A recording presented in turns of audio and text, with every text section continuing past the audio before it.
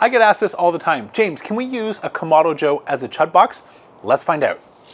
From a dimensions standpoint, this may not be as crazy as it first seems. I'll put up on the screen so you don't have to watch me read off the spec sheet here, but if I look at the height of the Chud Box, we're 30.5 inches from the very bottom where charcoal could be to the top of the cooking area, whereas in the Kamado Joe we have 38 inches. But inside of a Kamado Joe, we have our air intake, charcoal basket, and so I have my tape measure here so we can actually go confirm how comparable the distance is from the very bottom to where our food would be sitting. The width is very similar, so this is not the full-size Chud Box, but the mini at 24 inches, same size as my Kamado Joe Big Joe Series 3 and or Series 1 from a width perspective. The grate height is one that I'm interested in. So on the grate height from the floor to the grate on the Kamado Joe dimensions, it's 23 inches, but that's not including, again, the charcoal basket and the air intake, which is why we'll go over to the grill and measure that in a second. Whereas on the Chud Box, it's 19.25 inches. So that's where I want to see where we're actually at. So let's move over there, get some measurements. Okay, so again, to refresh your memory, we are looking for 19.25 inches, and I don't think we're going to get there as we are right at 14.5 inches. But I have another idea. If I drop in the raised grid extender, we are sitting almost right at 19 inches. So with about 1/4 inch clearance of being the exact same heights of the internal dimensions of the Chud Box. So I think we have a fighting chance in the setup. The height from the top of this grid to the top of our dome, if I swing this open, okay, we are right at about the 8-inch mark before starting to hit ceramics. We've got 8 inches of clearance from the top grate to the top of our dome. I appreciate your time, and today's video is brought to you ad interruption free by the team at Original Grain. Speaking of appreciation, Father's Day is coming up soon, so why not try out the originalgrain.com watch quiz to help match dad to the perfect one-of-a-kind timepiece featuring unique and sustainable materials, including partnerships with Taylor Guitars, Indian Motorcycles, and Toyota TRD. There's more too, so no matter what resonates with you and or dad, there's a perfect watch for any father figure in your life. Nearly 2 years ago, I picked up my first Original Grain watches. I went with the Hawaiian Koa barrel wood as well as the Grill Master series with mesquite, but recently this year I've added 2 extra additions. One, a smartwatch band, which is available for something like my Apple Watch if I want to dress that up heading out on a date night, as well as the watch that started it all for Original Grain, the Rosewood Classic. Happy customers have helped plant over 600,000 trees and remove over 250,000 plastic bottles from the ocean. Original Grain offers a buyback guarantee, so if you don't absolutely love the watch, they will buy it back. Use code SMOKING at originalgrain.com/smoking to save 10% in conjunction, stackable, with the $100 off on the Father's Day sale for the lowest prices of the year. Now, back to the action. Well, the math checks out. I think this gives us a fighting chance to go ahead and see if we can turn our Kamado Joe into a Chud Box. Now, one of the reasons I love Kamado grills for stuff like this is that they are, use the analogy here, an SUV of the automotive world. They can do a little bit of all things. You want to tow your boat or your trailer, they can do that. You want a sporty model, they have a couple models with higher performance, or you want a fuel efficient model, they have those too. The Kamado category does a fine job on enough things to truly represent or be that one grill to rule them all for many people who don't have the luxury of having additional pits or specialty cookers of every make and model and type depending on what it is that they want to cook. So that's why I am a huge fan of Team Kamado. But to Chud's credit, a couple of things that he calls out, they're also true, which is they are very energy efficient. Let me show you an example here of an active fire burning at 225 degrees Fahrenheit. I let this burn for an hour and I'm using my fireboard to record it, so there's no funny business going on with the dome temperature gauge. I'm getting a very accurate reading, and you can see when I remove all the deflectors, you barely have any coals active in order to maintain a Kamado at 225 degrees. It gets a little bit better if I went for my double indirect setup and I do the exact same test. You can see I'm burning about twice as much of an active fire as I was before, which is why I always opt for that. But This comes at the cost of one of the things that Chud mentions, which is complexity. Speaking of Kamado cookers, they're basically designed to be an outdoor oven. Not to mention, no charcoal access. So if you want to throw on a wood chunk or mess with your coals at all, you not only have to remove all the meat, but all those baffles that they put in there. I'm sure you can use a Kamado or a barrel in the Chud Box fashion, but it's just going to be a little more tough due to the design and the fact that the coals live at the bottom. So one of the reasons I bought an offset smoker nearly 5 years ago. James, I hear you're moving up to an offset. Very exciting news. Welcome to the offset club. Having a stick burner is a lot of fun. And one thing I often tell people is that if you learned how to cook a brisket, a rack of ribs, or anything for that matter, on a kettle or a ceramic grill or anything like that, it's a lot like high altitude training. You don't have fire access, there's a lot of baffles involved, you're really close to the fire, so there's a whole bunch of tricks involved trying to keep a low consistent temperature without flare-ups. So by the time you finally move on up to an offset, it's gonna be a breeze. So best of luck to you. I can't wait to see your first foil boat brisket. And the main rule with offsets is, if you're looking, you ain't cooking. Happy smoking. Was to have a benchmark to compare where I need to work, and the smoke quality was definitely one of the things that rose to the top of my to-do list. And while the double indirect method has done an admirable job at closing the gap, it comes at the cost of complexity. I even listened to myself play this back, start with this deflector, add another deflector, slow rollers, water pans, everything that you possibly have that comes with your grill, or throwing it in there. And this is not lost on me that we are trading off complexity, and sometimes that's why it's so refreshing to go to an offset cook. You're just throwing sticks into the firebox. It's fun, enjoyable, simple, if not much more time consuming and an onus on you for fire management. But that is a real and practical limitation of this type of format. Where there's a couple things though I disagree, in Chud's video when he says this is not a grill, this is not a smoker, and goes on to name a couple of complaints. One, that you can't add charcoal or firewood into a Kamado without removing the food, the grates, the deflectors, and everything in between your food.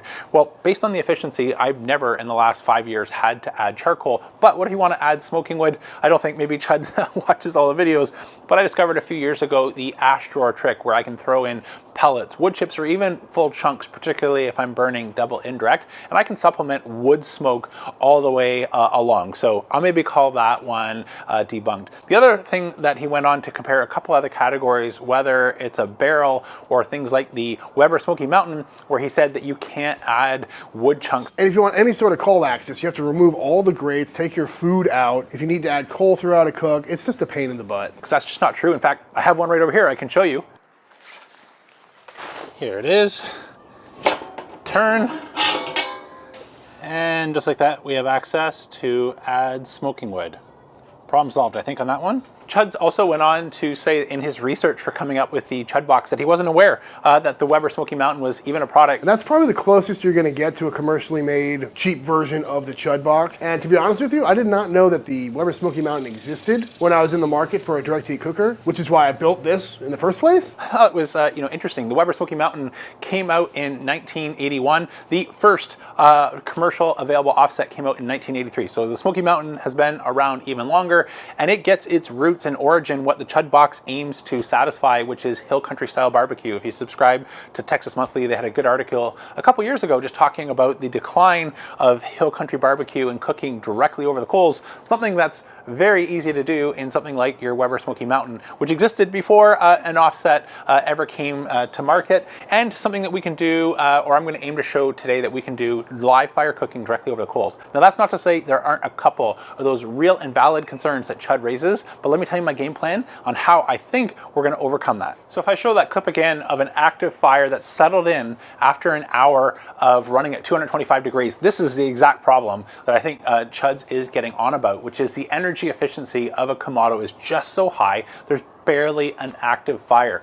But I've discovered in a number of other cooks, we can take advantage of cold ceramics before they're heat soaked and actually get away with a much cleaner smoke. So that's my game plan. We're gonna not preheat our grill, wait till it's hot and then passing the hand test like we do for every other low and slow cook. Instead, we're gonna take advantage of the cold ceramics and transplant in lit charcoal in our charcoal basket in order to get nice clean smoke right away and take advantage of the nearly 400 pounds or whatever Big Joe Series 3 is, I'll put it up on screen, of a heat sink that will absorb absorb some of that energy and allow us to cook with nice clean smoke the entire time.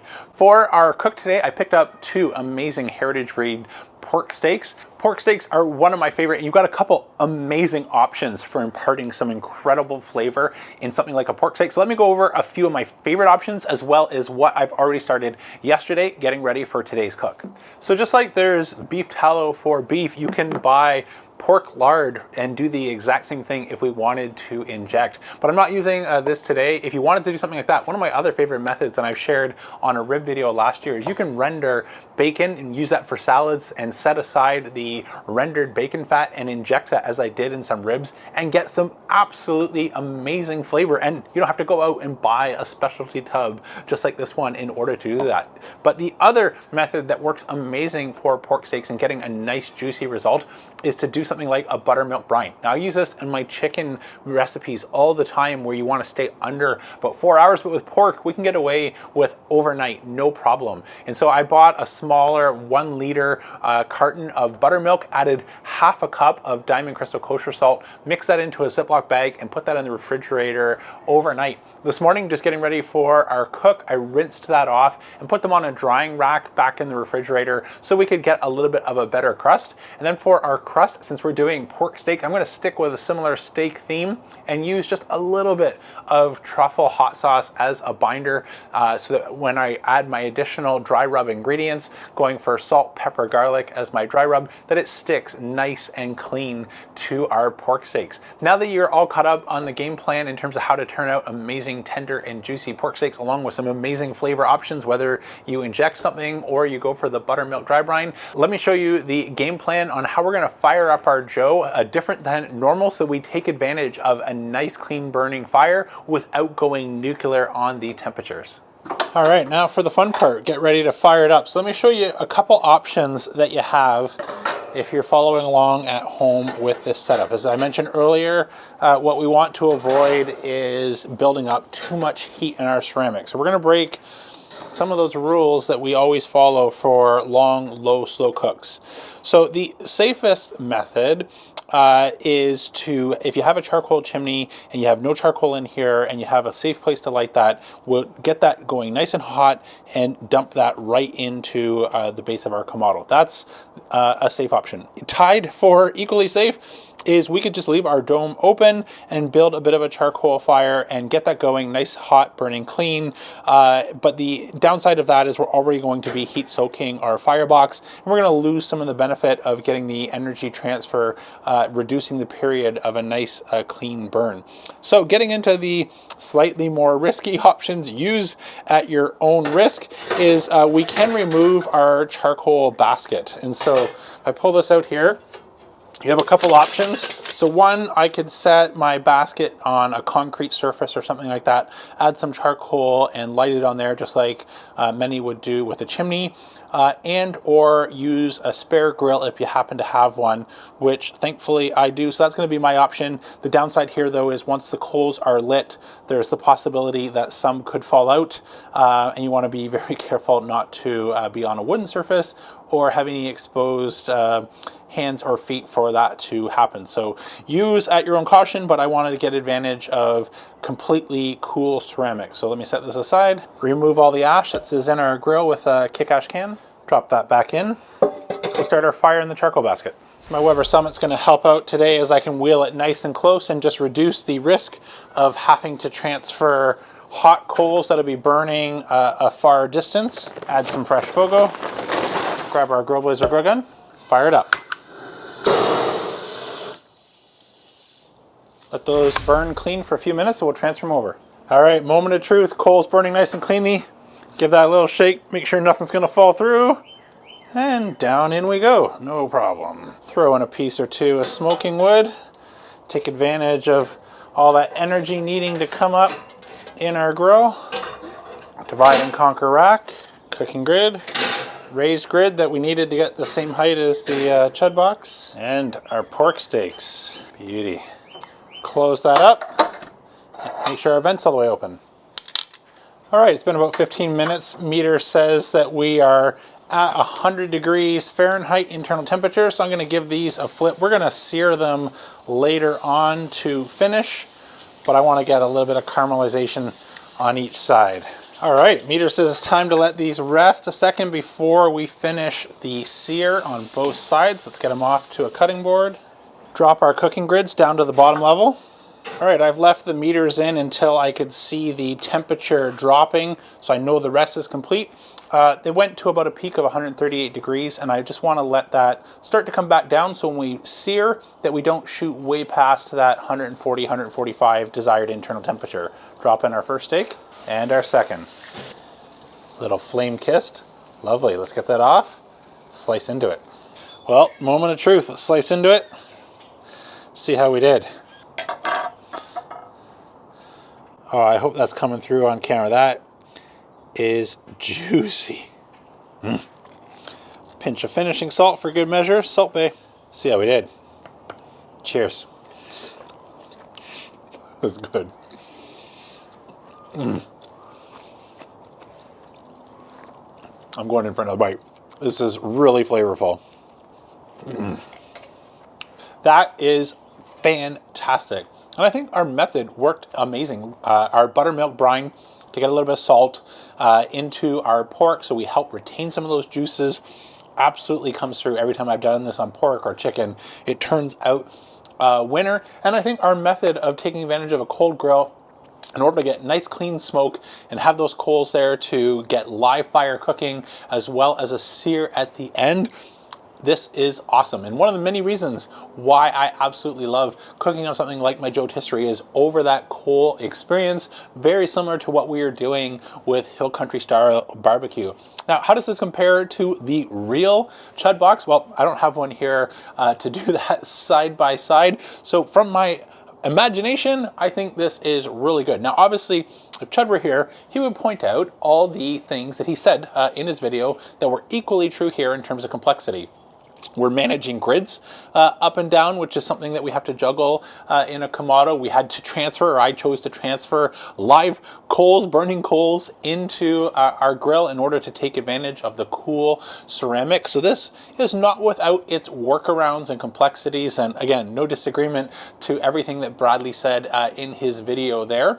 But if you have one of these already and you want to get your taste buds wet for the live fire cooking directly over the coals experience without stepping up right away before even trying it to the incremental couple $1,000s for a Chud Box, I think this is a great place to start and take advantage of the grill that you already have and a technique that pre-exists everything from an offset perspective that's taken the country and Texas by storm since 1983 or 84 when it came out. That's it for today, though. I'm James from Chud BBQ signing off. Thanks to the members live question where I was asked to see if we could use our Kamado as a Chud Box style cook. If you want to join the next one, make sure you check out the details in the description below where we go live, answer questions or ask questions in a one-on-one format, including can we use a Kamado as a Chud Box. That's it for today. I'm James from Chud BBQ signing off. Remember, don't be afraid to fire it up. Rushing as quick as I can to get back here.